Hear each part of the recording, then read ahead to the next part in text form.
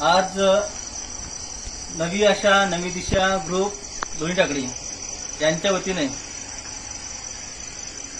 शक्ती केंद्र लोणी टाकळी येथील मातामाई मंदिर येथे आपण राष्ट्रसंत तुकडोजी महाराज यांची जयंती उत्साहात साजरी करत आहोत. राष्ट्रसंत तुकडोजी महाराजांची जयंती ही संपूर्ण भारतभर ग्राम जयंती म्हणून साजरी करण्यात येते.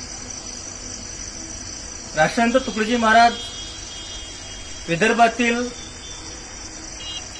अमरावती जिल्ह्यातील यावलीशाहीद या गावामध्ये महाराजांचा जन्म झाला. 30 एप्रिल 1909 ला वंदनीय तुकडोजी महाराज यांचा जन्म झाला आणि जेव्हा तुकडोजी महाराजांचा जन्म झाला त्यावेळेस त्यांचा ब्रह्ममुहूर्ताला जन्म झाला, सकाळी पहाटे 4 वाजता. आणि ह्या संपूर्ण आभाळामध्ये गळगळाट झाला, विजाचा कळकळाट झाला, पाऊस आला आणि मंजुळामाईच्या पोटी ब्रह्ममुहूर्तावर तुकडोजी महाराजांचा जन्म झाला. आणि तुकडोजी महाराजांचं जे नाव आहे बारशाला, तिथे आपल्या लोणी गावातील गुलाबराव महाराज त्या ठिकाणी गेले आणि तुकडोजी महाराजांचं नाव त्यांनी माणिक असं ठेवलं. आणि माणिक याचा अर्थ आपल्या सगळ्यांना माहितीच आहे किती मौल्यवान आहे तर.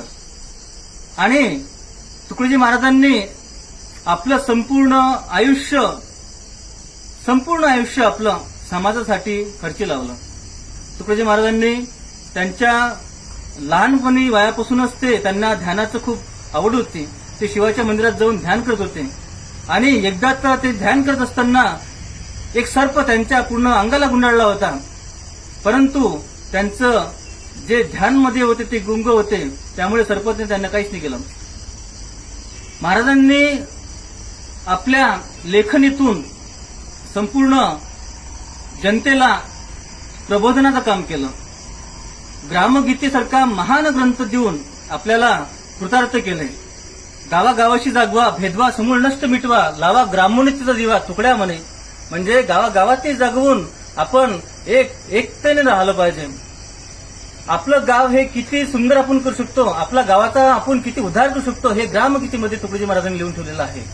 त्यांचं विविध साहित्य जर आपण वाचलं तर त्यामध्ये समजून आपल्याला की त्यांच्या बुद्धीची विशालता किती मोठी होती. तुकडोजी महाराजांना भारतामधून जपानमध्ये जाण्याचा जेव्हा योग आला, त्यांनी भारताचं प्रतिनिधित्व तिथं केलं. सर्वधर्म परिषदमध्ये, विश्व परिषदमध्ये त्यांना जाण्याचा योग आला. स्वामी विवेकानंदानंतर हे भारतातील दुसरे असे साधू संत होते की त्यांना जपानमध्ये जाण्याचा योग आला आणि त्या ठिकाणी त्यांनी भारताचं प्रतिनिधित्व केलं. तुकडोजी महाराजांनी त्यांच्या अभंगातून, त्यांच्या विविध अशा ग्रंथातून आपल्याला समाज प्रबोधनासाठी खूप मोलाचं मार्गदर्शन केलेलं आहे.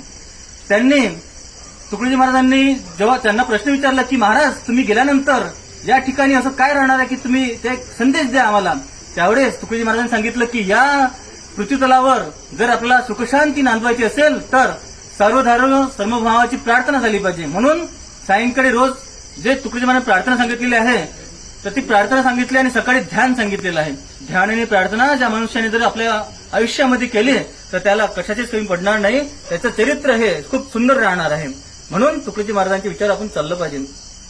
तुकडोजी महाराजांनी म्हटलं गावाबद्दल खूप सुंदर लिहिलेलं आहे. गाव हा विश्वाचा नकाशा, गावावरून देशाची परीक्षा, गावाची भंगता अवदेशा येईल दिशा. म्हणून आपलं गाव आपण आधी सुंदर केलं पाहिजे, कारण गाव हा विश्वाचा नकाशा आहे पूर्ण. आणि गावावरून पूर्ण आपल्या विश्वाची अशी एक जनगणना होत असते, गणना होत असते. म्हणून आपण आपलं गाव सुंदर केलं पाहिजे. नवी आशा नवी दिशा ग्रुपच्या मार्फत आपण जे आपण गावासाठी आपलं काम चांगलं करत आहोत, गावात आपण एक सुंदरता निर्माण करत आहोत. आपल्या गावाचं हे ग्रामदेवता मंदिर आहे जे एक भग्न अवस्थेत पडलेलं होतं, परंतु त्या गावाच्या ग्रामदेवतेचा आपण जीर्णोद्धार करून नवी आशा नवी दिशा ग्रुपने एक नवीन आदर्श आपल्या पूर्ण गावासमोर तयार केलेला आहे. त्या आदर्श करण्याचा एक जो उद्देश म्हणजे प्रेरणा भेटली ते सगळं युवकांना ह्या ग्रामगीतेतून भेटलेलं आहे. म्हणून ग्रामगीता प्रत्येकाने वाचली पाहिजे. ग्रामगीता जर आपण वाचली तर आपल्या डोक्यात नक्कीच प्रकाश पडेल. जन्माच्या आधीपासून तर मृत्यूनंतर सर्व संस्कार त्यामध्ये रुजवलेले आहेत तुकडोजी महाराजांनी. 41 अध्याय पूर्ण आहेत. ग्रामगीतेमध्ये आणि त्या पूर्ण 41 अध्यायामध्ये लहानपणापासून तो मोठ्यापर्यंत आपण कसं राहिलं पाहिजे, कसं वागलं पाहिजे, कसं समाजात राहिलं पाहिजे, कसं गाव सुंदर केलं पाहिजे, कसं आपलं चरित्र निर्माण केलं पाहिजे, प्रत्येक गोष्टीचा अभ्यास तुकडोजी महाराजांनी ग्रामगीतेमध्ये केलेला आहे.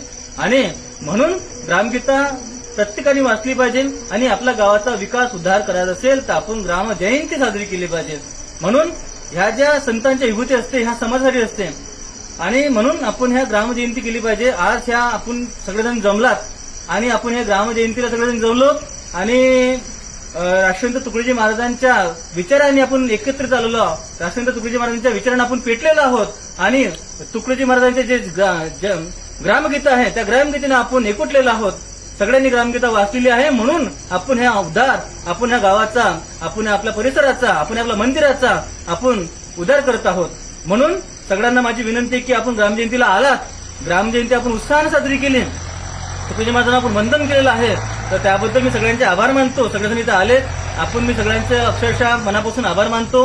आपण आज या पवित्र ठिकाणी आलात आणि ग्रामजयंती आपण साजरी केलेली आहे त्यासाठी मी सर्वांचे आभार मानतो. आणि राष्ट्रसंत तुकडोजी महाराजांना यांना भावपूर्ण श्रद्धांजली अर्पण करून त्यांना आज ग्रामजयंतीच्या सगळ्यांना शुभेच्छा देऊन आज मी इथे माझे 2 शब्द संपवतो. धन्यवाद. जय गुरु.